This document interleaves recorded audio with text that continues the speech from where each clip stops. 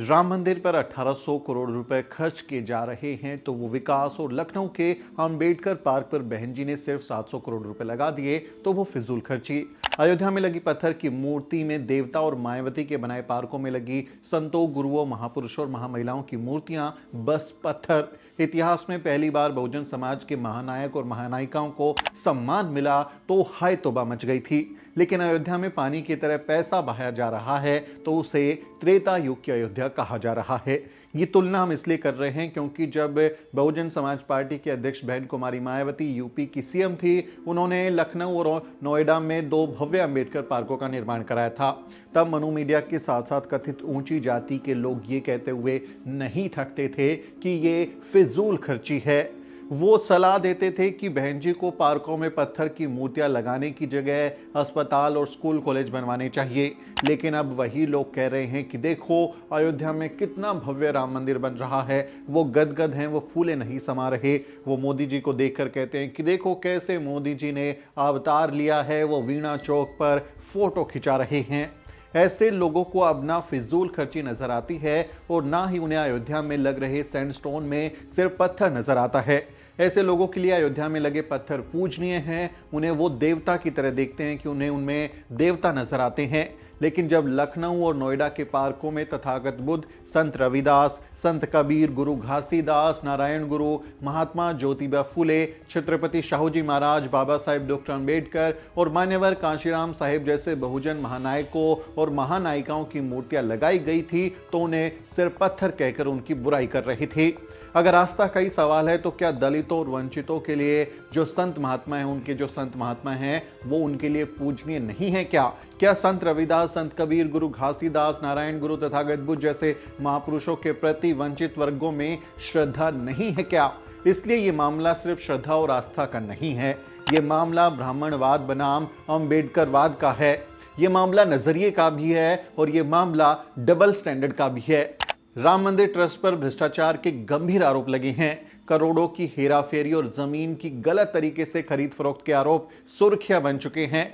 लेकिन मायावती के बनाए पार्कों में कथित भ्रष्टाचार के बहाने मनु मीडिया के सवर्ण पत्रकारों ने खूब भड़ास निकाली थी। लेकिन अब यही पत्रकार राम धुन पर नाच रहे हैं। उन्हें लग रहा है कि प्रभु राम अयोध्या में अवतरित हो रहे हैं। वो बीजेपी के इशारे पर माहौल को राममय बनाने में लगे हुए हैं क्योंकि कुछ महीने बाद ही चुनाव होने वाले हैं। अयोध्या को संवारने पर 4000 करोड़ से ज्यादा खर्च हो रहे हैं। लेकिन यहां कोई नहीं पूछ रहा कि इतना पैसा क्यों खर्च किया जा रहा है। अब कोई नहीं कह रहा कि मंदिर की जगह अगर स्कूल या अस्पताल बनता तो बेहतर होता।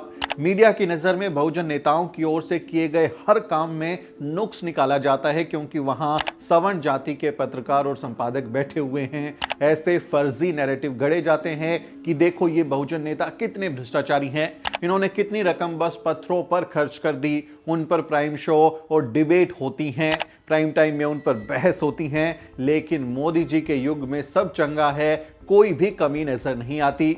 मनु मीडिया के सवर्ण पत्रकार और एंकरानी ऐसे चिल्लाते हैं जैसे मानो वो खुद ही अदालत हों। लेकिन जब सवर्ण नेताओं और पार्टी की ओर से कोई मूर्ति लगाई जाए या कोई पार्क बनाया जाए तो उन्हें कोई दिक्कत नजर नहीं आती।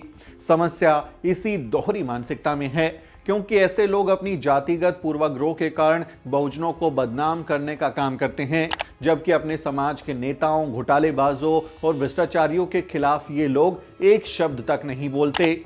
मसला राम मंदिर का भी नहीं है, ये भी नहीं है कि मसला सिर्फ राम मंदिर बनाम अंबेडकर पार्क का हो, बल्कि ये उस सोच का है जिसे एक में खोट नजर आता है और दूसरा उसे महान काम लगता है। बहुजन महापुरुषों और महामहिलाओं को भारतीय इतिहास में कभी वो स्थान नहीं मिला जिसके वो हकदार थे। सदियों तक उनकी उपेक्षा की गई, उनको नजरअंदाज किया गया, उन्हें इतिहास में दफन कर दिया गया। किताबें लिखते वक्त सवर्ण इतिहासकारों की कलम की शाही सूख गई।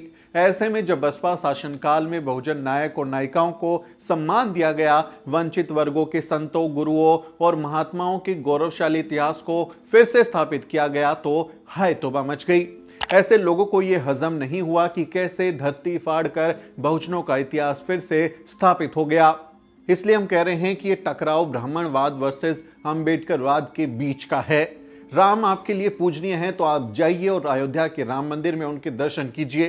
लेकिन इसी तरह बहुजनों के लिए भी उनके गुरुओं महात्मा पूजनीय हैं, उनके प्रति वो श्रद्धा रखते हैं। और जब दलित वंचित वर्गों के लोग लखनऊ और नोएडा के दलित प्रेरणा केंद्रों से गुजरते हैं तो उनका सीना भी चौड़ा हो जाता है, क्योंकि वहां लगी मूर्तियां और प्रतीक उनके लिए सिर्फ पत्थर नहीं हैं बल्कि जीता जागता इतिहास हैं। उनके लिए वो मूर्तियां और प्रतीक आत्मसम्मान के लिए संघर्ष करने की प्रेरणा है। इन वर्गों के लिए अपने महापुरुष और महामहिलाएं ही सबसे बड़े भगवान हैं, क्योंकि इतिहास में जब उन्हें सताया जा रहा था, जब उनके साथ अन्याय हो रहा था, तब उनकी मदद के लिए आपका कोई देवी देवता नहीं आया, बल्कि हमारे महानायक और महानायिकाओं ने ही समानता के लिए संघर्ष किया।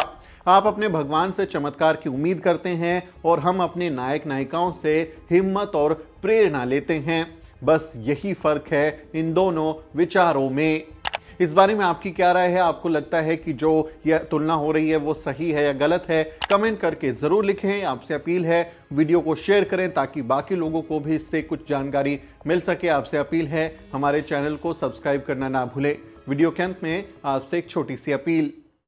साथियों, अगर आपको द न्यूज वीक का काम पसंद है और आप चाहते हैं कि हम यूं ही अम्बेडकरवादी पत्रकारिता करते रहें, तो हमारी आर्थिक मदद जरूर करें। आप अपनी स्क्रीन पर दिखाई दे रहे इस QR कोड को स्कैन करें और न्यूज वीक फाउंडेशन के खाते में अपनी दान की राशि भेजें। QR कोड के अलावा आप UPI के जरिए भी मदद कर सकते हैं। आप हमारी UPI ID newsweek@yes बैंक पर भी मदद भेज सकते हैं। इसके अलावा आप हमारे अकाउंट में भी मदद भेज सकते हैं। खाते का नाम है Newsweek foundation, account number है 02358800000640। IFSC कोड है YesB000235। बैंक का नाम यस बैंक है और ब्रांच है नेहरू पैलेस, दिल्ली। आप डोनेशन के एवज में इनकम टैक्स में भी छूट पा सकते हैं। डोनेशन की रसीद पाने के लिए ट्रांजैक्शन का स्क्रीनशॉट हमें भेजें। टाइप करें डोनेशन स्पेस आपका नाम और हमें 8595794224 पर व्हाट्सएप करें।